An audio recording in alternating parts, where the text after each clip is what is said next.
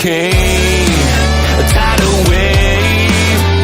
Essence perfect, life looks brilliant. Give me more of this. I'm out of control, about to blow, and I've been caught in the undertow. So toxic, but I can't get enough. You're burying me, burying me. Yeah, you're burying me, burying me. You've got me hypnotized, push me out of myself. You've got me hypnotized. I can see, I can hear, going crazy, but the light has got me hypnotized.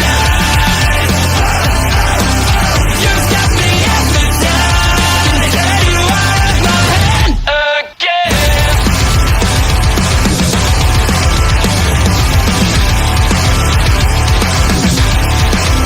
Is it wrong? Is it right? It's like I've won my final war without a fight. I'm out of control, about to blow, and I've been caught in the undertow. So toxic, but I can't get enough. You bury me, bury me. I know you bury me, bury me. You've got me hypnotized, push me out of myself. You've got me hypnotized.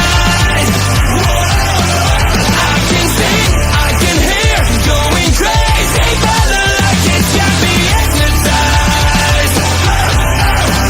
You've got me hypnotized. You get you out of my head. Will I be lonely forever? Is your silence just a deadly sound? Is it getting out?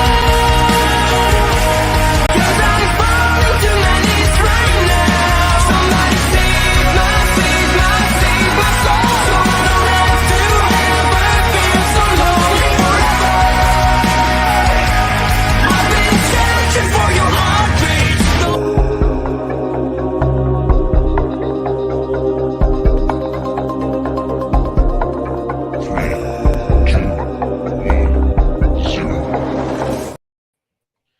Hello, ladies and gentlemen, and welcome to Mark Interviews. This on our local establishment. If you haven't seen this series before, I'm going to give a quick rundown of what it is. Every single week, we will be interviewing one or two members of our local establishment community, and we are getting an insight from them about their lives, where they were, how they got to, and a little bit more about themselves. This is not gotcha media. This is not someone that's going to run through your life and try and find out the nooks and crannies. Don't do any of that. This is basically, if you've never met this person before, and with my guest, I don't know how you haven't, well, this is one of those things where it's just getting to know them. We're going to sit down, have a laugh, have a chat, and in other words, Kimmy having a shout at me after the interview ends. But I still love you, Kimmy. You are a legend.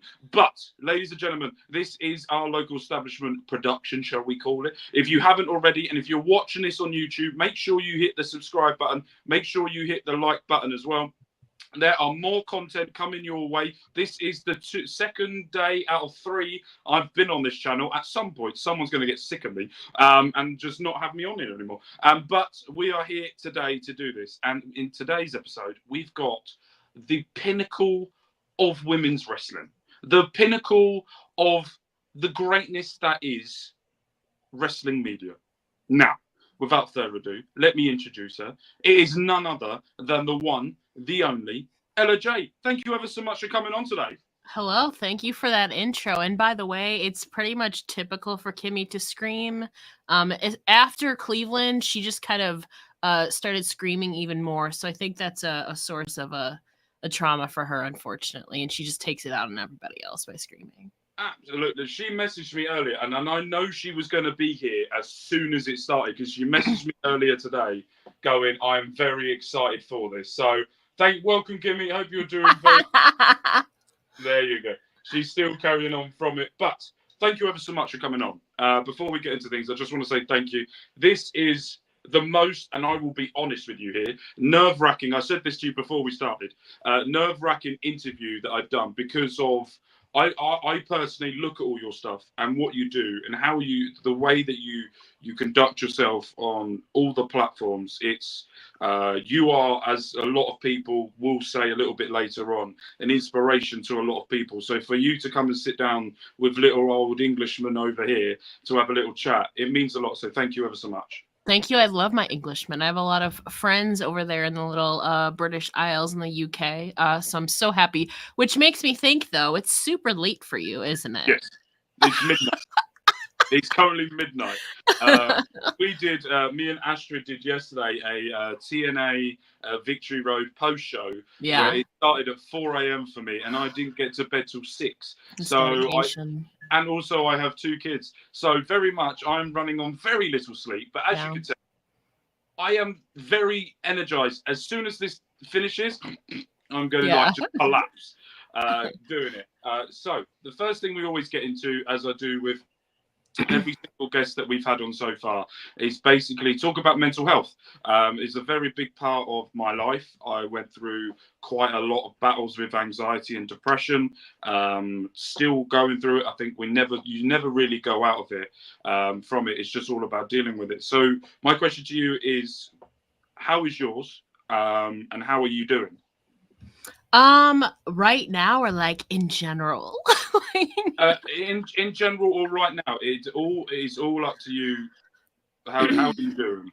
I just want to say overall, before I got into wrestling media and everything like that, I got a psychology degree with the intent of going on into rehabilitation counseling. So I'm very, immersed in the mental health conversation and, and taking care of that. That was kind of my big goal before everything happened. And then, life just led me down a different path. So I always have that, that was my initial goal, was to, I've gone through some stuff in the past and I wanted to, make a difference for others. Obviously, life took me down a different path. So here we are today. So kind of bringing it full circle. Yeah, right now, I'm one who's always had like anxiety and like nervousness, like even as a I don't think I've ever said this. In 8th grade when we were graduating, the teachers gave us like gag gifts. And I was one who always so like neurotic, overthinking. They gave me a squishy brain that was like what do you call them? Like I don't know. Stressful type thing. Like gave me like a stress ball. Yeah. Gag gift because I was so like neurotic and like stressed and anxious about everything. So if that tells you, that kind of wraps around I overthink this. Kimmy can verify that, everything.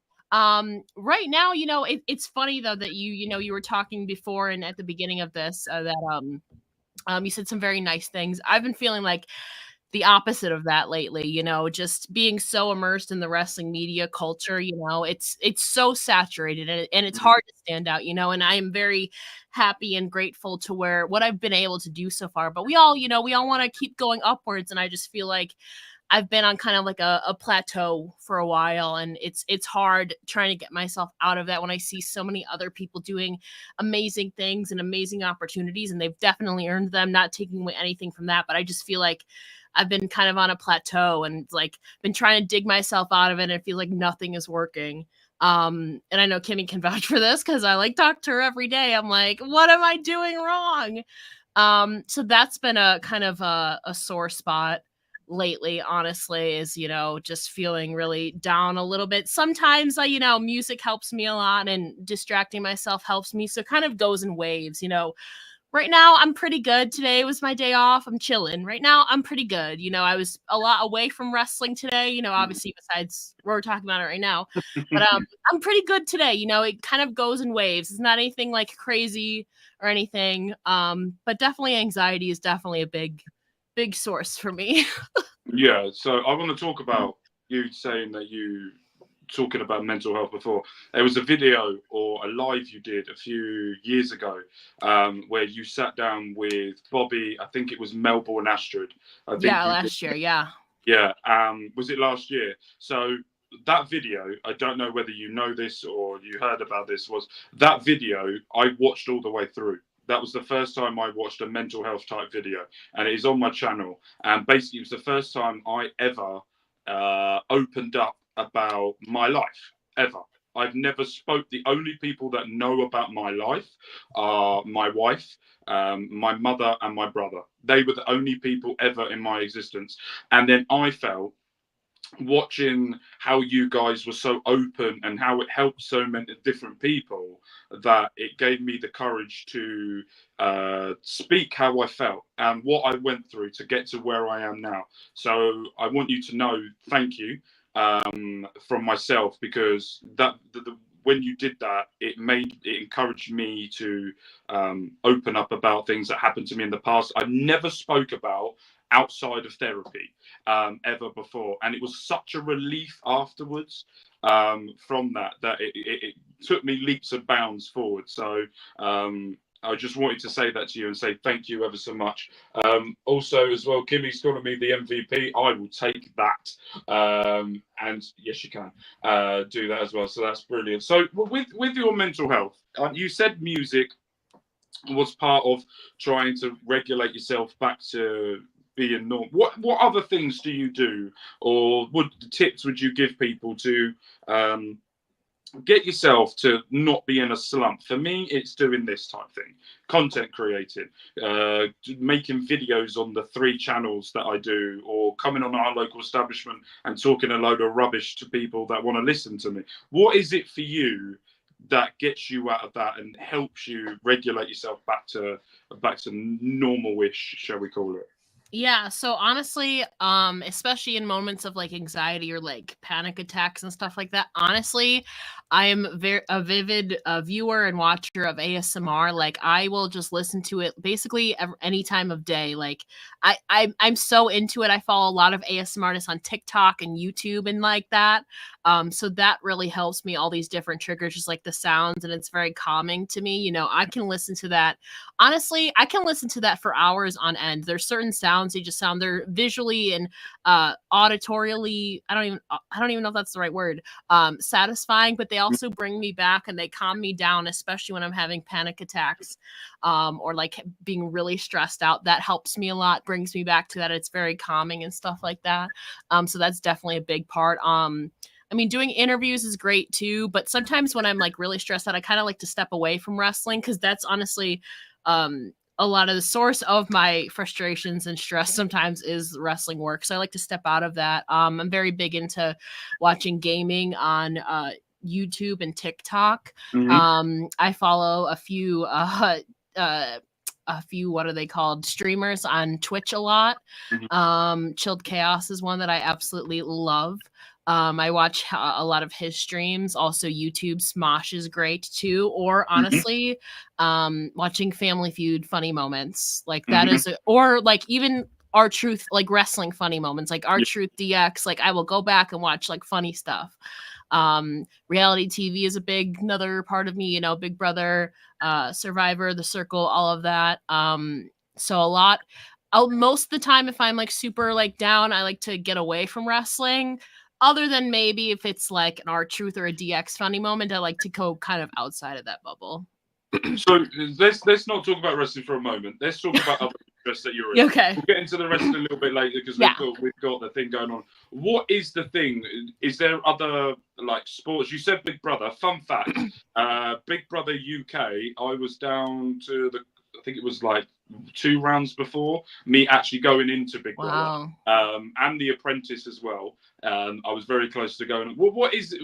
Is there other sports that you're into, or is it just wrestling? What other things? The only way I'm going to do the British way of saying this, and I do apologize, it sounds weird, but what other things tickle your interest? That is the British way of saying it. Like sports wise?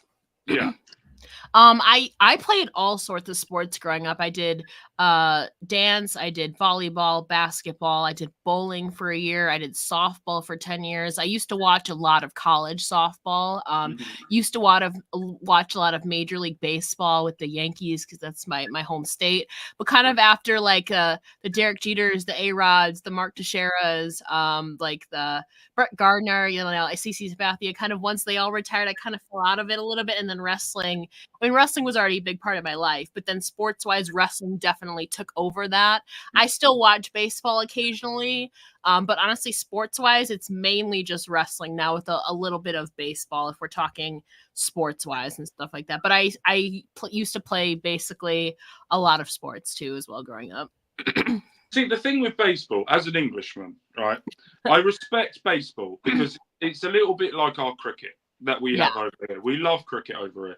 And I had a look the other day. I don't know why I was doing it. I think there was a baseball game on and I was watching it. I don't know who it was. And I looked and I went, how many games does a team play in a year or in a season? 162 games per team. I went, why do you need so many? It's so many games. Yeah, especially compared to, I guess because too, there's less like physical contact, you know, injuries are always happen, but it's obviously, it's not as violent or, you know, as physical as a lot of the other sports, at least, you know, combat wise. It's not a combat sport. So I think that obviously, you know, there's some fights like, you know, and all that. It's not as like crazy as like a hockey is or a wrestling or like UFC. It's not a combat or contact sport really. You know, obviously collisions happen when people are like stealing bases. Or there's sometimes fights or hit by pitches, but it's definitely not a combat or contact sport. So I think that's why. Yeah, that's fair. Because for me, because I call it football, you guys call it soccer. I'm a Reading fan. I went there today and we lost, so we're not going to talk about that much at the moment. I'm still very angry from it. So for me, I'm used to seeing about 40 games. I think it's about 42 up to the most you could probably get is about 50 for the team I support a game. But then you go to 162 and it's like I would lose track of everything that's going on and what's happening from that. So baseball's a big part of you. So let's go back. Let's go back in time a little bit. Let's go back to the future with that. And let's find out, how did Ella Jay become the success that she is now? What started you into, by the way, smoke will be blown the whole way through this, so be prepared for that. I want to make sure that that everyone knows that this is the biggest thing I've ever done. So what is the thing that got you into wrestling, and what started this path for you? So technically the first time I ever saw wrestling kind of ties back into reality television. I was big into like Project Runway, America's Next Top Model growing up, you know, Big Brother, Survivor and stuff like that. The first time I ever came across wrestling was in a challenge on Project Runway season 4, when the divas, it was like Michelle McCool, Layla, Crystal, Candice Michelle, they were designing ring gears for the girls. So that was technically the first time I ever saw it. But even then I was more so on the Project Runway bandwagon. But the following year was when again, I was in 6th going into 7th grade, 11 turning 12. So very awkward preteen, you know, not very popular. It was a Friday night. Friday Night SmackDown was flipping through channels. It was a cage match. It was Loser Leaves WWE, Loser Leaves Town between Jeff Hardy and CM Punk. No, so a cage match is the first thing I ever saw. But I just remember seeing like Jeff with this cool face paint. The people love him. He's doing all these amazing, cool things in the ring. Then he loses, and then he gives this emotional speech, and I'm getting emotional, even though this is my first time ever seeing him. He's leaving. So from there, I kept watching SmackDown. I knew Raw. I saw commercials for Raw, but I didn't really know what it was. So then I watched SmackDown. You know, DX would be on there occasionally. Rey Mysterio, you know, Mickey James, John Morrison, R-Truth, Dolph Ziggler, people like that. The first kind of original Drew McIntyre was also him and John Morrison was a great feud. And from there, I just got obsessed over the next, you know, decade. Went to college, again, got my bachelor's degree in psychology, was set all enrolled to go to grad school. Then I was like, I don't know if this is really what I want to do because that's more debt. So I'm like, I want to take maybe a semester or a year off just in case so I don't get into more debt and have it not be worth it. So then at that time, you know, I unenrolled. I was still working a shoot job in retail. And then I was like, oh, I have some free time. I've always loved wrestling, always been a closeted wrestling fan in person, but I had already been involved in the online community for years. So I was like, I'm going to start my own podcast. You know, Samira, my good friend Samira, she does a lot of interviews and is now ring announcing and doing all this stuff. Chris Van Fleet, Alicia Toot were huge at that time. I was like, I want to start my own podcast. again, only as a hobby, and then opportunities arose in the years after, and then it's something that turned into a hobby, turned into a career that I wasn't anticipating. Again, just started out having fun. Then I got all these opportunities over the next couple of years. People that saw my work in women's wrestling also kind of helped. Kent and I kind of helped a little bit that I was friends with Mickie James at that point. She definitely set me up for some stuff. So I'm very thankful for that. But yeah, started out as a hobby. Now next month will be 2 years since I've been full time doing wrestling, writing, and media. Nice, mate. We've got a couple of comments here from Bluggo. He is Ella Rocks. And It's true though. I really was like online. The online community was my escape. There was only one friend in high school that I got to talk wrestling with. Like, and that was not even until high school, like late high school. So like middle school, people didn't know. First couple years of high school, people didn't know. I would really connected with the friends online that I had met through wrestling because I was kind of embarrassed about it, like. yeah. Like to be like when we would talk about it in school, people would always, not to me, but the boys talking about it, they'd be like, isn't it fake? Blah, blah, blah, blah, blah. I was like, yeah, I'm going to keep this to myself in person. But so yeah, online was like an escape for me. So fun fact about Mickie James. It's not about Mickie James, it's about her husband. Nick Aldis. He got very famous in the UK by doing Gladiators. Yes. And the very first taping of Gladiators I was at. I used to watch Gladiators. I was in the audience because I was youngish then. And then I watched him on that. And then I remember, I can't remember when this was or when it happened, but I remember going on to, because I think his very first match was, he was either in WWE or TNA, but I remember him fully the first time he was in TNA. And I went, I remember him from Gladiators. And then I've watched him and do stuff. So that's my connection to Mickie James. By the way, he can't believe it's fake. Yeah. Sorry. It's not fake. It's scripted. But I'm just saying that's what the boys would be like. Yeah. They'd be like, oh, it's fake when they were talking to a guy, one of my friends guy friends who liked wrestling. And so I saw them like kind of making fun of him. I was like, yeah, I'm going to keep this to myself. Yeah. I don't call it fake. I call it soap opera with a bit of violence. That's the way. That's the best way I can describe it. So let's just go back just a little bit. Psychology. You guys call it college, we call it uni. You went to college to go to do psychology. What got you into, what made you want to go to college to study that? I had always wanted, especially growing up, as again, I wasn't really popular. I had a lot of insecurities and like got really, really like depressed for a while. And we kind of talked about that in the OLE episode that you're referring to when I wanted to, leave this earth, we'll put it as. Even from 8th grade, when we were doing our graduation, I still have the piece of paper of like, what do you want to be when you grow up? I was like psychologist or like counselor. So even from a young age, I was like, that's sad though at the same time. Like, you've gone through or you think you've gone through so much by like 13 years old, and you want to do that because of that. I was like, I never wanted people to go through what I went through. So I wanted to like help others. So that was, and I'm very still love it. I loved my studies. I don't regret it. But now I kind of regret not using my degree in a way because it's so much debt. But yeah, it was basically, my own mental health experiences, and wanting to make a difference. I minored in creative writing. So I've always kind of I always loved writing and all of that too. I was always a creative writer growing up too, writing poetry and stuff. So that was my minor. But I guess I should have taken a sign because I took electives. You can kind of pick what you wanted.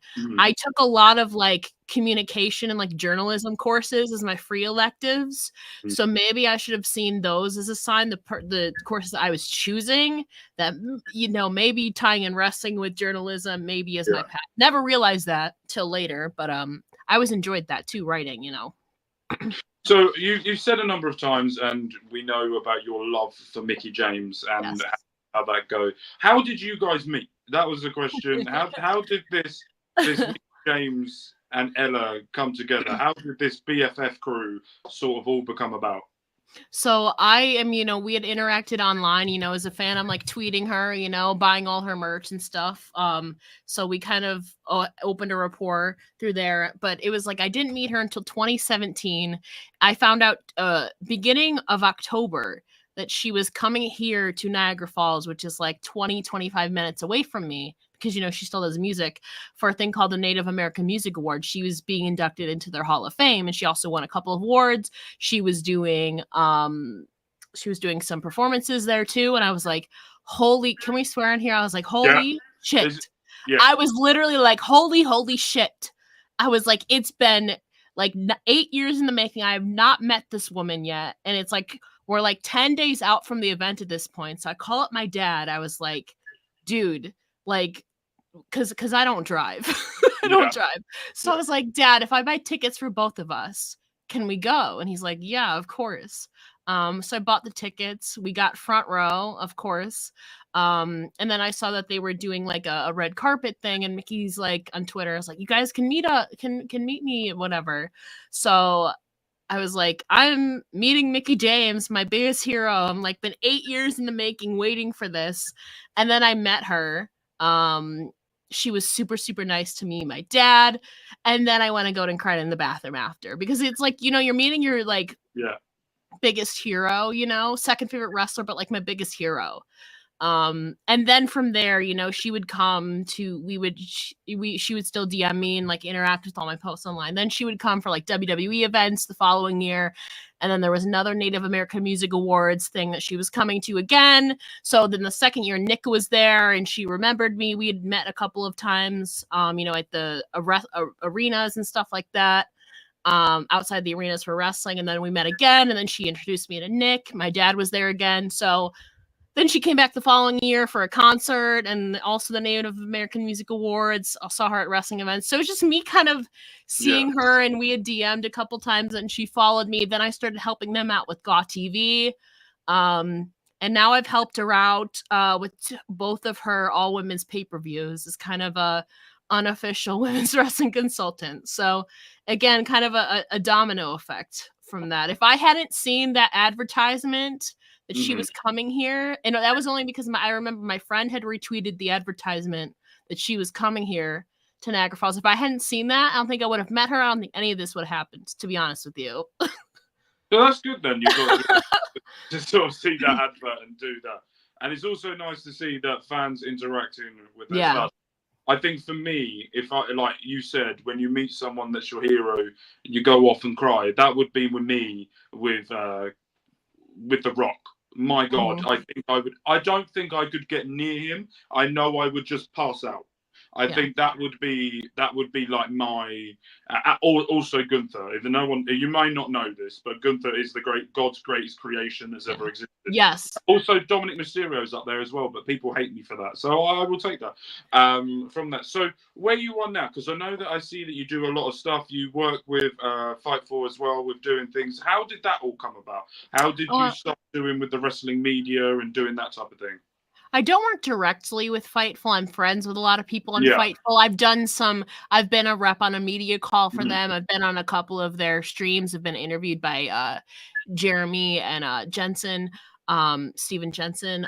So I'm friends with a lot of them. I don't work for Fightful. But again, a lot of like the wrestling media stuff, I think, has to go back to Mickie. And like I said, like a domino effect with her and I's relationship.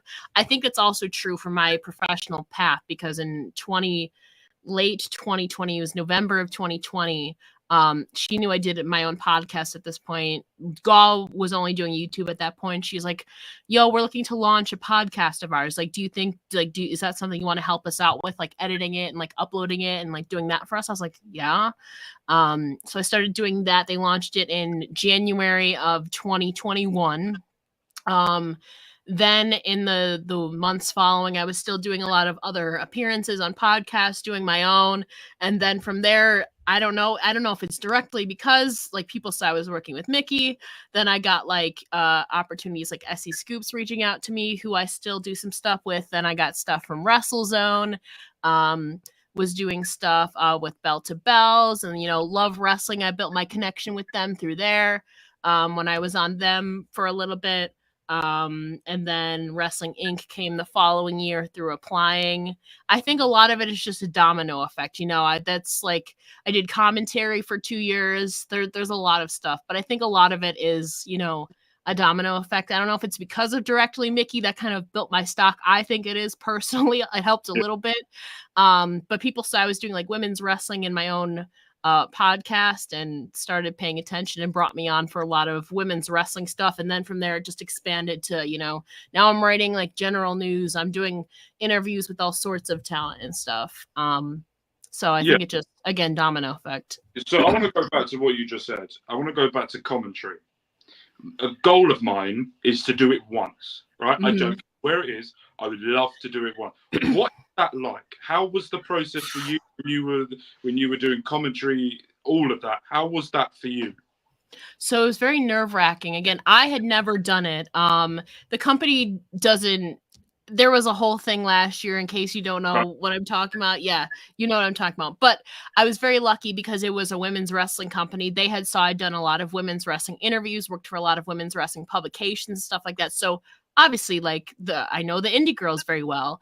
And so they were like, hey, do you want to do commentary for us remotely? So they didn't have to bring me out or anything. They do the shows and then send us the clip. And then we did commentary through Zoom and all of that. I was very, very lucky. I got paired with Alyssa Marino. She is very talented, used to work for WWE. She's been doing commentary, ringing. She's basically done everything there is to do except wrestling. Actually, she did bumps because she went to Santino Bros for a little bit in training to be a manager, but she also took some bumps. So she's actually done like everything.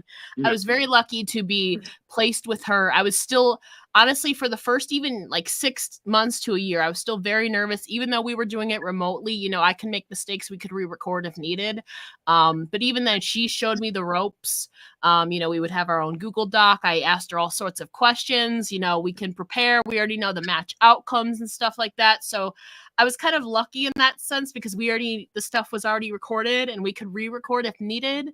But very lucky I was paired with her. She definitely guided me through something, an opportunity that I was honestly not ready for, was not really even remotely interested in at first.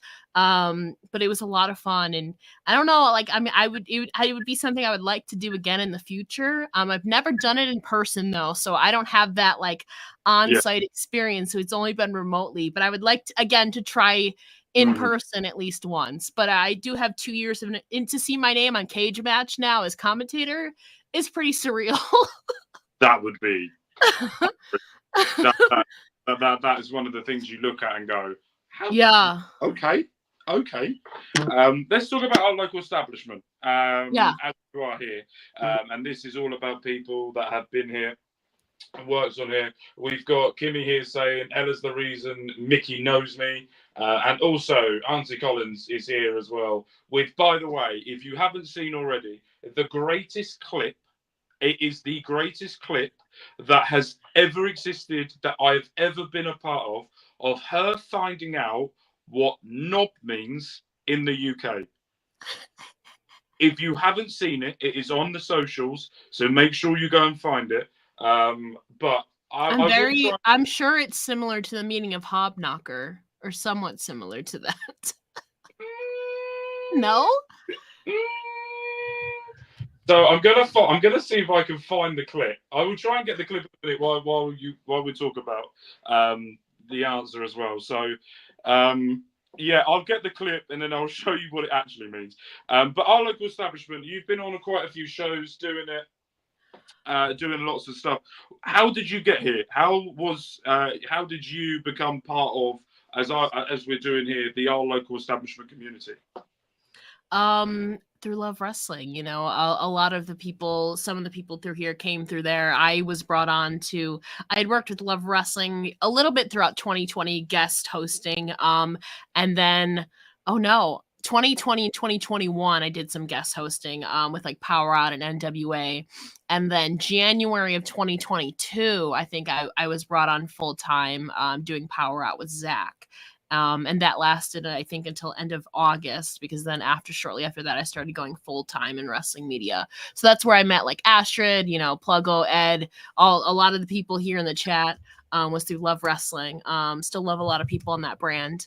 And I'm still an occasional guest on there. So I think it was through that, you know, Astrid and Ed were definitely my entryway into the OLE community. You know, I had also worked with Bobby before, I think once, and Mel. We had done for Knockouts Knockdown in 2021. Astrid, correct me if I'm wrong. So yeah, a lot of it was through Astrid and Ed. Yeah, and I think Astrid had a lot of compliments to say about yourself as a mentor and someone that she looks up to in that. And you've heard me blow smoke through the whole time to yourself, and thoroughly deserved. Yeah. I also looked up what the word knob meant a couple minutes ago, so I do also know what it means in British slang now. Yeah, I'm trying to find it as well. Yeah, she thinks it's really good. You should be sorry. It's unacceptable, Astrid. Unacceptable for it, but no. Astrid recruits all the best people. She didn't recruit me. Actually, she did. So obviously, she does an excellent job. So with people calling you as like a mentor or someone that they look up to, an inspiration, how does that make you feel? Does that make you feel you've accomplished something? Does it make you go, oh no, stop saying that, don't do that? How does that make you feel as a person, for people have a lot of great things to say about yourself? Both, definitely both. Again, I feel like though it's kind of, you know, it's always a series, you know, as I don't remember what podcast I was listening to a while ago, but you know, there's always somebody in front of us that we look up to, that are ahead of us, that we want to aspire. But then there's also people looking at us the same way, and we maybe not even realize it. So it's kind of, that's why it's both of those. It's like, generally, I feel like, you know, there's so much I want to do, and there's so many other people that I look up to that have done so much more than me, that are doing stuff that I want to do. But I'm also in a place where I recognize I've been doing this just over 5 years. I have been able to do some cool stuff in a short amount of time. So it's kind of this weird balance of I recognize, you know, I've done some stuff and I have some experience. But then also I'm like, I feel like I'm not even at the level I want to be at, you know? I'm kind of like in this weird, like, middle thing. But then again, that goes back to, you know, the sequence of there's always somebody in front of you and there's people behind you that look at you how you look at other people, you know. So it's like, it's like I don't know what I'm doing half the time. I don't know how I got here. But then it's also like, yeah, I have been able to do some cool stuff. So it's a good reminder, but also at the same time I'm like I haven't even done all that I've wanted to do yet. Yeah. Very much, and I think it's good for you to understand as well exactly what you mean to people as well. And I think that it's good that you're very, and I'm not just saying that you, the conversations we've had so far, you're very humble, and you're very much of thank you ever so much, but that's who I am. How do you stay humble? What is the thinking, or how are you so down to earth with the amount of opportunities you get? There will be people in your shoes, and I'm not saying that you don't deserve it. Jesus, that come out a lot worse than probably what it sounded. No, I wasn't even thinking that. I was like, my brain went, no, that sounded wrong. So how do you stay so grounded? What is it in you, or what has been done in your past for you to be the way you are now? I don't think it's necessarily a humbleness. I think it's I'm my own worst enemy, and I don't think I'm worth shit a lot of time. Honestly, I think a lot of it comes from insecurity and never feeling truly good enough for stuff. And maybe it just comes across, I'm just being honest, and maybe it just comes across as humbleness because I've never been one who has like high self-esteem, or, you know, sometimes I feel like we all have those moments where like, yeah, I've gotten to do some cool shit. Well, yeah, of course we all have those moments, but in general, I don't think I've been one that's ever been super confident. So it's been something I've always struggled with. So I don't know if it's necessarily humbleness more so than like my insecurities and like not really believing half the time in myself. But it's cool that others believe in me, as sad as, you know, as sad as that is. I don't know if it's anything just like why I've just always been that way. Honestly, there's been a lot that shaped me to that, you know, growing up. I've never been one that's been super confident. I think a lot of it has to maybe be attributed to my, you know, preteen and teen years that were a real struggle. I've never been one that has been super confident. So I think a lot of it just is inherent in me. Yeah. So I now have the clip. So here is the clip of me trying to explain to Auntie Collins because Bobby called me a knob because he knows the English slang. So this is me explaining and her reaction. Can you tell me what that means? Is that like a doorknob or what? No. I don't know what it means. It means, right, so knob in English means you're a penis. Means you're a dick. Right? Yeah.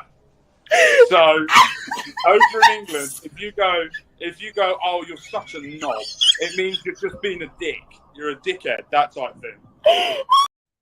By the way, that laugh went on for the next 5 minutes of the interview. It destroyed her at that point. It was the reaction was the best. Now I have to live up to that because I'm having, spoiler alert, I'm having Collins on a couple of weeks for Bad Blood predictions. So now I got to come up with something that attributes a similar response in order to live up to that. So I got some thinking to do. Yeah, and she went, oh God. Time. That is now your legacy to me. To me, that by the way, and I will openly admit this, I said this to Astrid yesterday, that's the first time my wife and my family don't care that a social media type thing. They get enough of me already at home, let alone watch me to do other things as well. That's the first time my family have watched an interview because of that clip, because they found it so funny. So that is what it is. So before we get into, we got a couple more questions before we get into now. I call it now OLE Asks. That's basically OLE community wanting to either say something about you and a question as well. But there's two last questions. I saw you tweeted today that you're doing a spooky movie day, right? So I have two questions regarding that. One, spooky movies, why? And two, what is your favorite spooky? Right, spooky movies for me. If it makes me want to poo myself, I am not watching it, or makes me hide.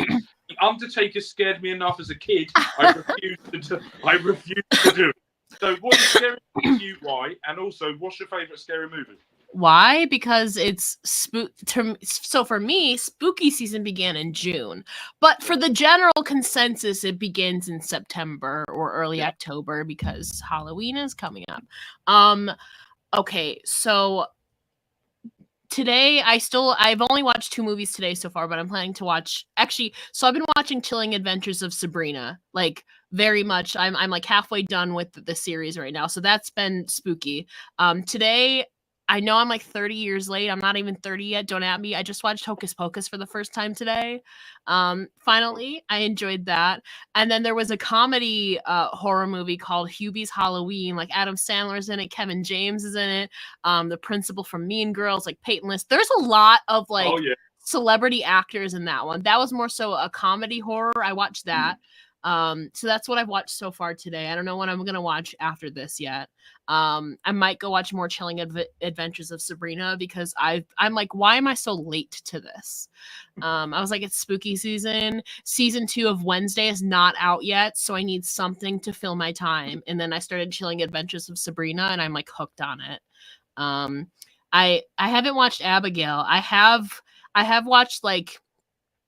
Growing up, I watched the original Exorcist when I was like 12 years old. Should not have been watching that. Also, Night of the Living Dead is a really good one. I think it's from the 70s. That one's really good. Yes, I literally bought Halloween decor and sweatshirts starting in June. Because to me, after Memorial Day, there's like 4th of July. But like after Memorial Day, honestly, the gates are open for me. Yeah, why not? Exactly. Thank you, Astrid. Exactly. Because spooky season. See, for me, right, this is how different the UK is to the US. Okay. Yeah. So you got to do big things for Halloween. Over here, it's kids. But when you get to the age of about 13, you stopped caring about Halloween and all the spooky stuff, right? This is how different it is between the US and UK. I went to a shop called The Range. Please sponsor, because I buy a lot of stuff, and please sponsor me. They're putting Christmas decorations up. Yeah, some people skip spooky season, go straight to Christmas. I've seen that too. It's September. No, stop it. People in the UK. For me, right after Halloween is done, like November 1st, sure. My mom is that way too, although a couple of years ago, she made us drag out our Christmas tree. It was like 7 p.m. on the day of Halloween. Halloween wasn't even over yet. My wife. That's a little bit too far for me. I think in America they're called Hallmark movies. Yes. I call them the crappy movies. My mom loves those. Because my wife loves them. And it annoys me because I know what's going to happen. The music is constantly in the background, and it's terrible acting. But that is for me. From that. Also, I'm born 5 days before Halloween, so I've had Halloween themed birthday parties, several. So it's always in me. So the last question before we get into the segment that Ed hated because he hates anyone saying nice things about him from it. I asked this question now, and I've asked the past few guests as well. What 3 qualities does someone need to have to be friends with Ella J? What are the main 3 qualities someone has to have? Oh, God. There we go. This has stumbled. Like laid back, honestly, like laid back, chill. I mean, I know I'm sometimes like, I'm neurotic with myself. I mean, I'm neurotic sometimes with my friends and overthinking, but like I think I'm pretty laid back in general when like I'm around people. So like laid back or chill. Cue the music. What music, Astrid? Is there like some not music yet. coming up? Oh, Not yet. okay. Not yet. Not yet. Music will be coming. Good sense of humor. Like honestly, like I have to be able to, I mean, like I said, I was trash talking Kimmy earlier. If she didn't have a good sense of humor, like we can talk trash about each other and we know we're not really serious. Like that, you know, that's a good friend, you know, having a good sense of humor. And also I guess one maybe maybe I guess down to earth or humble, just don't be a dick, basically. Like don't be rude, you know, don't be conceited, you know, nice, kind, you know, don't be like, don't have a big head, I think is another one. So Astrid will probably agree with it. I have 2 out of the 3 because my ego is, I'm joking with that, from that. But as Astrid said, before we get into it, what I always do as well is our local establishment has a lot of... Astrid's also got another one. That's true. Yeah. Yeah. Oh, well, I try. And then Astrid's right. Yes, there we go. That is true. So we got a lot of stuff coming up on our local establishment, a lot of things that have happened, things that are coming up. So for the next minute, we're going to have a little ad break. I call it an ad break. I call it resting, having a drink, because my voice is, I haven't even been speaking and my brain is fried. So what we're going to do is refresh ourselves, and then we're going to look at what's coming up in the week of our local establishment. If you haven't seen it, or if you are seeing it, if you're watching this on YouTube, make sure you smash the like button, hit the subscribe button, and if you're watching this on Twitch as well, hit the follow as well, because all of this stuff is coming up, and if you haven't seen it, it's already on YouTube. Let's go.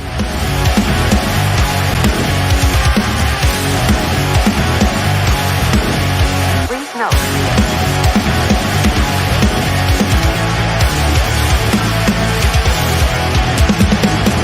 Never gonna stop, never gonna change, never gonna do the things you say. I run my own way to get there. Fools are calling and the eyes seem to care. In the air, no more crowd, just the opposite kind of few clouds. So tell me this time is coming for the sake of all your lies. Why don't you try to be wise? Now that I need you, why?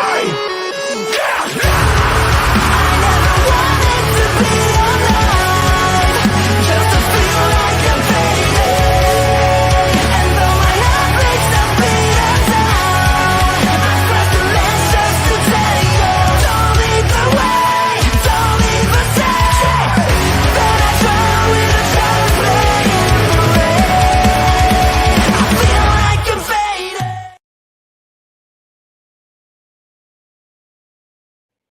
So you guys won't see this, but Astrid popped in for 2 seconds just to turn that banner on, and then left again. I literally saw her pop up at the bottom of my screen over here and then leave. I knew exactly what she was doing. As soon as she popped up, like, I know exactly what she's about to do from that. So this is the part of the show that people may or may not like, but we're going to work it out. And the music's on. There we go. Here we go. Yeah.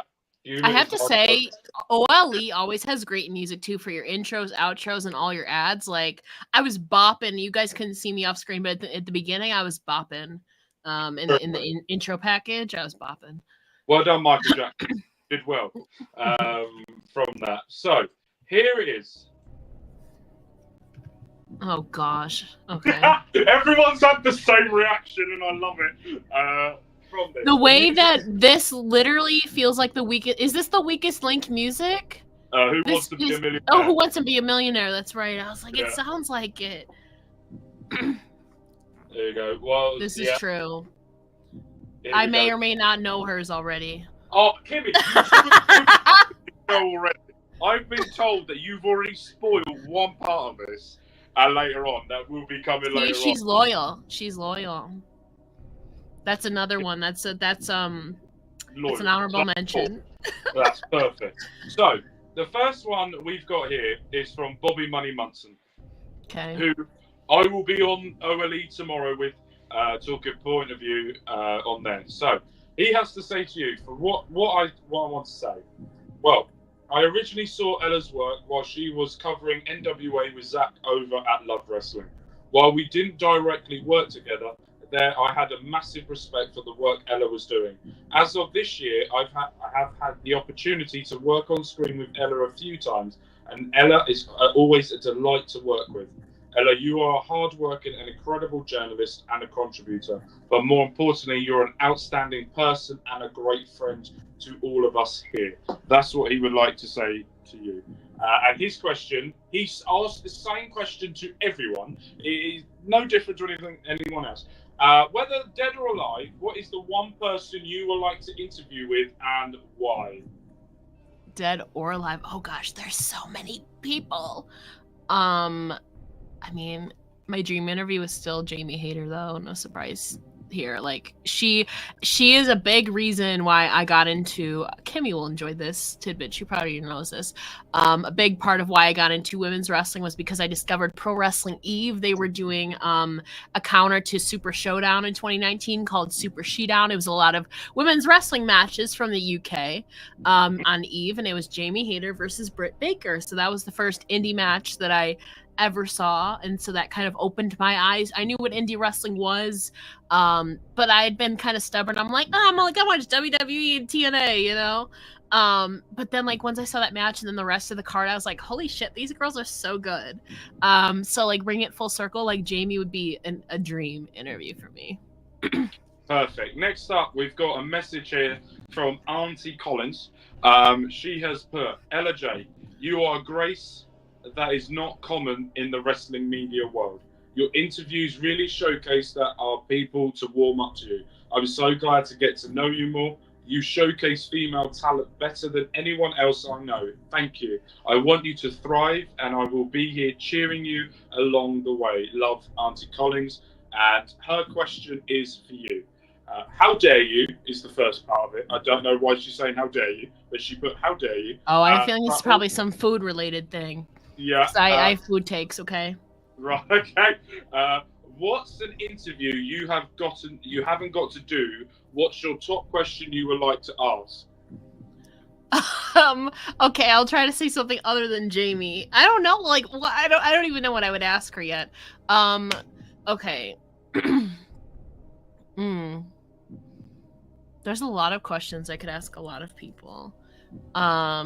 Oh my god, this music makes it worse. Now I see what you guys are saying. The thing is I honestly haven't even like thought about questions because they just feel so far out of reach. Oh gosh, there's so many. Like Jamie used to like do a lot of like I would probably ask her, like, she used to wrestle in, like, what do you guys call them? Like the down run bars. Like, what do you guys, there's a certain dive bar. Yeah. That's what I'm looking for. Like the difference between wrestling at a dive bar to where she is now. I think I would just like ask about her journey and like how she's progressed. And I love asking like how do they think they've grown both personally and professionally in their journey so far, because it's kind of like a introspective thing. So I would probably ask her that, or whoever it is. You know, Charlotte Flair is another like dream interview of mine, because her and Mickey is like my big dream match. So like I like asking like those introspective, reflective questions.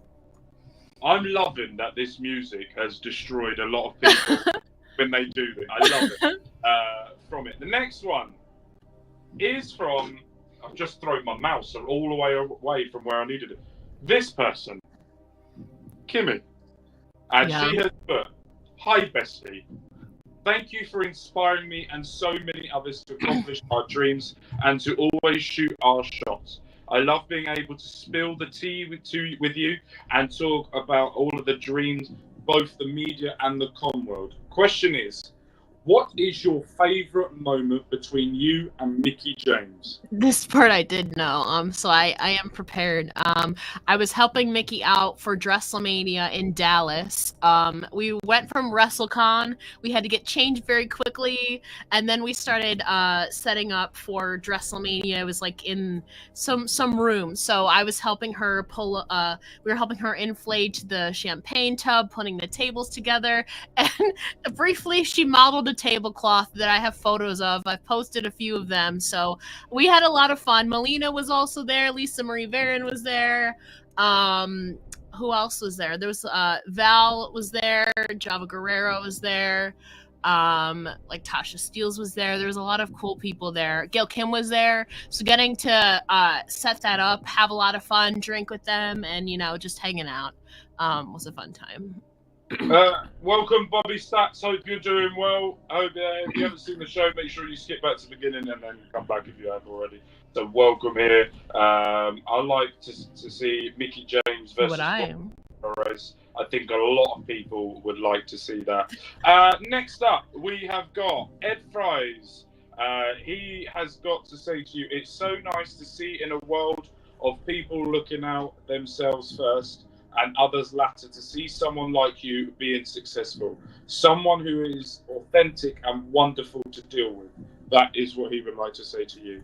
And his question is, when you are all set and done with the wrestling media and you look back, what would success look like to you? Okay, you know how before I said I was humble? Okay. It's now going right out the window. So, I mean, okay, I've only because multiple people have said it to me, and you've also said it at the beginning of this. I don't personally think I'm like a pinnacle or whatever of it, but I've been told that like a lot of people associate me with women's wrestling, and a lot of the girls and stuff have told me personally, like, thank you for like spotlighting women's wrestling and like giving platforms to tell their stories and stuff like that. I've gotten a lot of opportunities because I've been so into women's wrestling. I was on the women's wrestling committee for the PWI Women's 150 like in 2021. I had only been in the game 2 years at that point, like, but I got selected because I had been so dedicated to it, and they called me their indie expert. So I think it's just, whether it's people like telling me that like I'm this is not my words, the pinnacle of women's wrestling, the queen of women's wrestling, and people just like saying thank you. I think that to me is like the biggest success or validation, because it's something that I love to spotlight. I love watching. So I think to me, if there's anything I can be remembered for, it's like my work with women's wrestling and stuff like that. Perfect. Astrid went all big time on me here. Hello, Mr. Parrish. Hope you're doing well, my friend. Hope everything's going all right. That's my friend. Again, not my words. Not my words. If you look back, I never said that. She took it for herself. Mm-hmm. Right. Next up, we've got from Astrid. She went big time and said, I've interviewed her already. I don't need to ask a question. But she wanted to say something to you.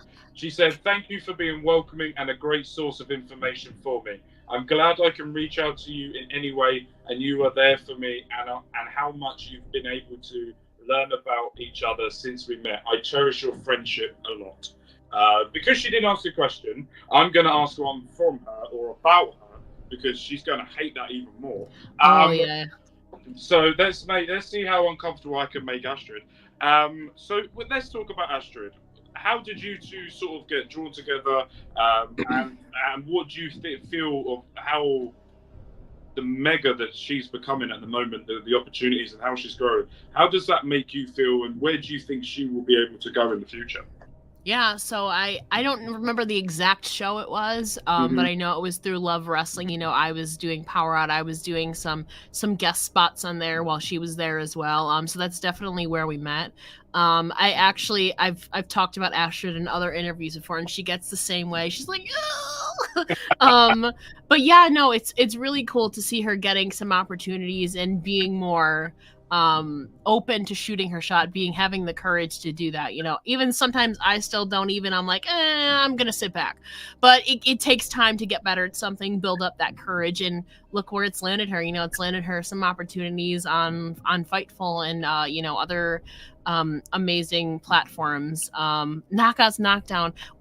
We've met before though. Didn't we meet before that though? Like, we had interacted, I think, online though through that before. I swear it was before that though. Maybe I could be wrong though. The last 5 years are a blur in a sense.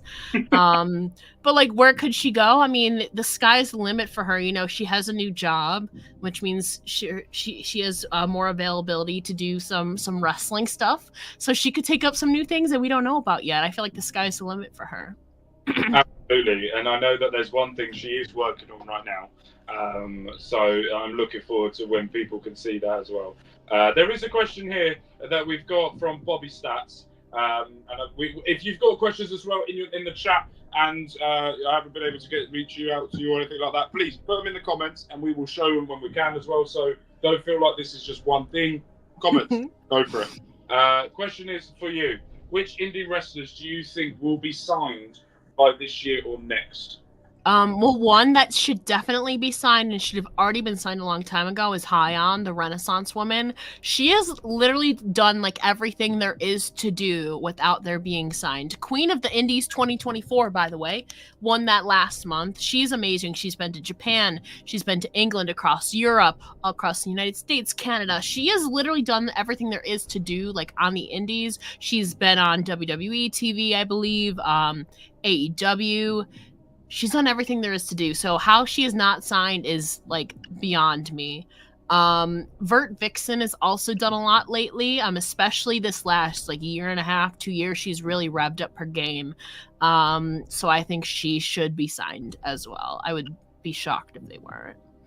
You put we interacted, but officially Gotcha. There we go. So that was for that. Next up, we've got here from Mel Ball Collins, or the Miss Japanese wrestler extraordinaire that she is. She put, "Oh my God, where to start with Ella? Ella is part of the reason I do what I do. She made me feel so welcome and accepted when I did Impact Knockout pay-per-view a review. There are a lot of people who will devalue what someone like me says simply because I'm a woman. But Ella always makes me feel heard and respected. She is so smart, so energetic, and so knowledgeable with her history and background, and it always is so inviting and welcoming to anyone new.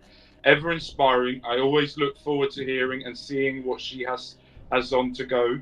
Keep killing the game, lady. Love you, appreciate you, and inspire to be like you." That is from Mel Ball herself to you.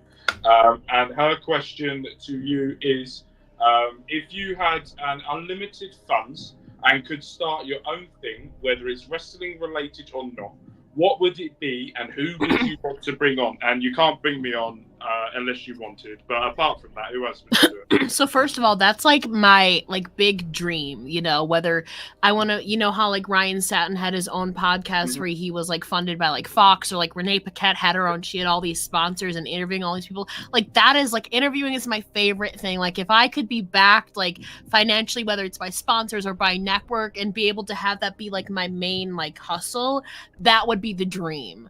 And I'm kind of already forgetting the question. Like, who would I like to bring on to it? If you had unlimited funds and you could start your own thing. So your podcast, whether it's Okay. related or not, what would it be, and who would you want to bring on? So I don't know if it would necessarily be wrestling related because I've been wanting to branch out a little bit. Like I was saying a little bit earlier, like I love Big Brother, Survivor. I just had Dan Giesling, winner of Big Brother 14 on there, or Big Brother 10, sorry, on there.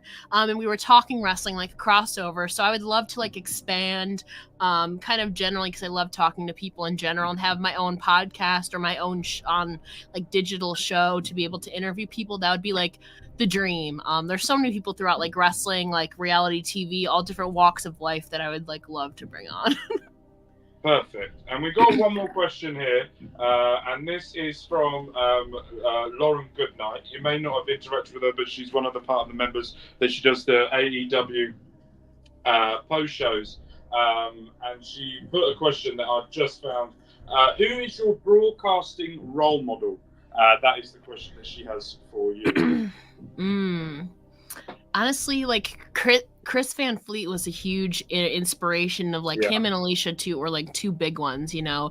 But now they've kind of gone kind of a little bit separate paths. Alicia's kind of stepped away from interviewing, and now, you know, she's backstage interviewing and broadcasting on AEW. But like Chris has those like sit down interviews that like I would love to have, whether it's like with Hollywood like actors or a lot of wrestling, like, you know, having your own. He has his own studio too. He gets to travel the world. He's invited to people's houses, you know, to interview them. Like getting up to his level, he is definitely a huge inspiration. He's always been great to me anytime we interact at the shows that we go. I've gotten to work with him several times and gotten to meet him several times, and he's always been great with me. Personally, he is a humble guy for sure. And so I feel like definitely is kind of similar path of where I would like to go. Also, now we're at the section that everyone hates.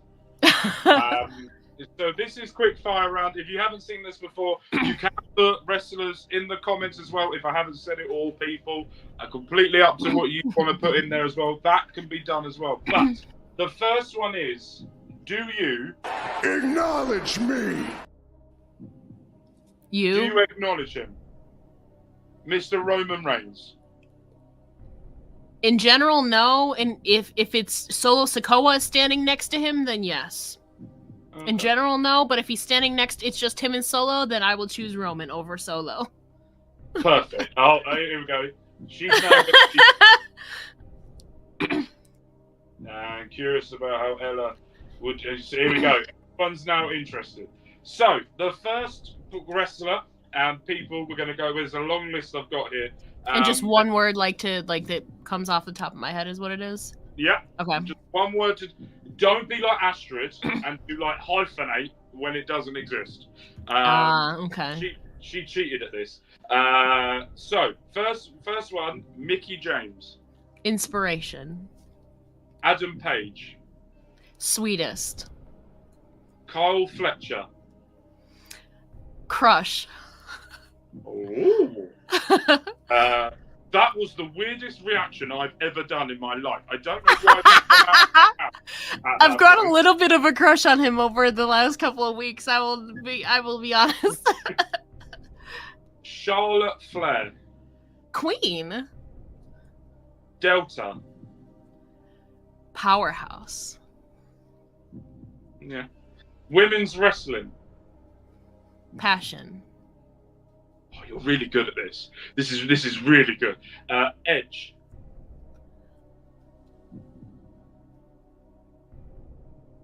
I love him. There's so many words I could say about him. I'm gonna cheat and go Royal Rumble because that was the first time I ever saw him. The first pay-per-view I ever watched was Royal Rumble, was when he returned and won 2010. So I have to say Royal Rumble. I'm gonna cheat in that one. Well, hyphenate Royal Rumble was all Okay. one word. Okay. Randy Orton. Daddy. That was so quick. That was so quick. I know. I knew he was coming. There we go. I know. I know. Jamie Hayter. Dream. Roman Reigns. OTC. I did wear my OTC top, damn it. Cody Rhodes. Nightmare. Okay. Tony Khan. Owner. Oh, do you know That- what? I've loved putting his name in because everyone's had the same type of reaction. Really trying to think about what to say, and I love it. Triple H. Creative. Okay. Now we're going to get into some of our local establishment people. Ooh. Kimmy. Bestie.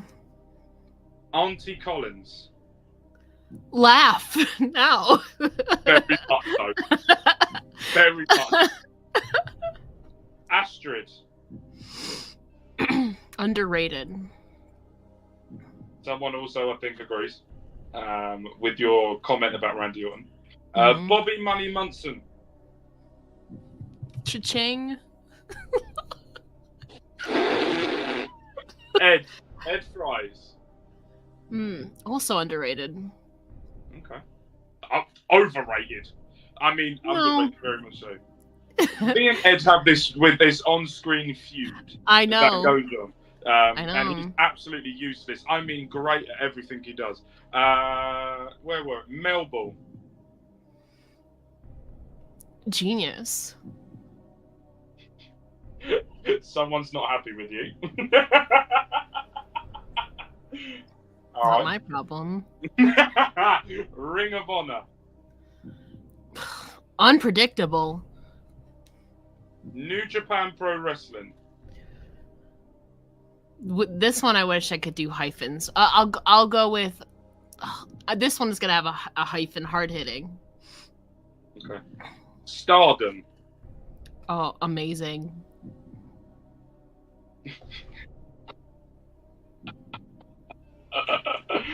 Marigold. I've worked with them.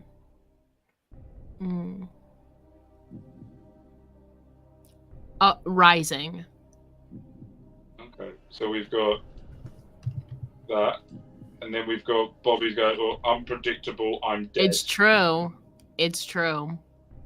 There we go. TNA, Nostalgia. AEW, Edgy. WWE, Also nostalgia, but I'll go with childhood. NXT, Ooh. I'm gonna say 3 words: best women's wrestling. They've got 2 left now. The one-word answer is one of them is me. Gunther. Yes. And the last one that we ask every single person, one-word answer for this, for family.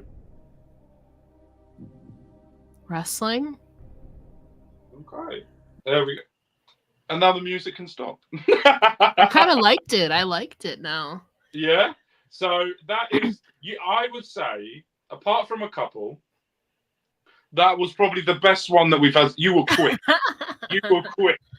It's like because there's some of them. There's like so many words you could say. Yeah. Like Edge. Like I have a big connection to Edge. It's like what words do like there's so many. Gunther is not great. He's the greatest. Thank you. From that also as well. Yeah, so like to me, like TNA and NXT have the best women's wrestling division. Like, bro, like very much so. So we're just about to finish off here today. So before we do finish off, Ella, if you could let everyone know where they can find you, what you've got coming up, and just where you are. where I am, I'm currently sitting in my room in Buffalo, New York. Not like that. You can follow me where I'm most active. That's on Twitter, twitter.com/it's Ella J. I don't call it that other thing. If you go to the link, you can also find me on Instagram there. If you go to the link in my bio on either Twitter or Instagram, all my links to all my projects, podcasts, and writing are all there in one convenient place for you as to what I have coming up. I alluded to it earlier, Auntie Collins and a Surprise guest I will be doing Bad Blood predictions with. Kimmy, I have invited on for Bound for Glory stuff. That's next month, though, you know. Because we have a streak. Actually, she was 1-7 2 years ago in her predictions when we went to BFG in Albany. So this is her redemption. I'll be going to a Pink concert in 3 weeks that I'm very excited for, and my birthday's next month. So if you want to contribute to my wish list on Amazon, I will not be opposed to that. That's in my link in my bio as well. That is all. So make sure. So basically what she's saying is, you stingy kids, go and buy her something. That's basically what she's saying. That is the best way to do it. Give her a birthday present that she wants. Exactly the way it's done. But for me, I've been here yesterday with Astrid. We did TNA Victory Road review show. I'm with Bobby tomorrow as well. I'm also going to announce that next week I will be doing an interview, but with two people. I will be with Jose on air and Carl Sparks. We will be doing that next week, so make sure that you hit the subscribe button to our local establishment to do that. But for me, I've got Mark Talks Wrestling. I've got WWE 2K24 content out as well, where we tomorrow. What day are we on now? Saturday. I'm on Sunday now, but Saturday. Tomorrow is the start to WrestleMania to wrap up the series where we will be going to Series 2. Mark Talks Football. I am currently managing Tottenham Hotspur, so make sure you go check that out. And Mark Talks Gaming. I am doing replaying GTA 5 in 2024 and doing F1 Manager, so make sure you check that out as well. So, but what I would like to say, Ella, you have been absolutely fantastic guest. Thank you ever so much for taking your time out of your day to come and sit down with us. And she doesn't want to talk about it. That was a fun time though overall that weekend. Yeah. Besides us Kimmy going 1-7. Exactly. Fun. It's all about having fun. That's all that counts. But Ella, thank you ever so much for coming on. You have been an absolute diamond, and I look forward to seeing your growth over the next few years. And we will all be keeping. Why am I still at the bottom? Go away. Thank you. I'm not important. From that. So thank you. I look forward to seeing what you do in the future. So we're Love with Care. My name's been Mark. This has been Mark Interviews. We will be back next week. Peace.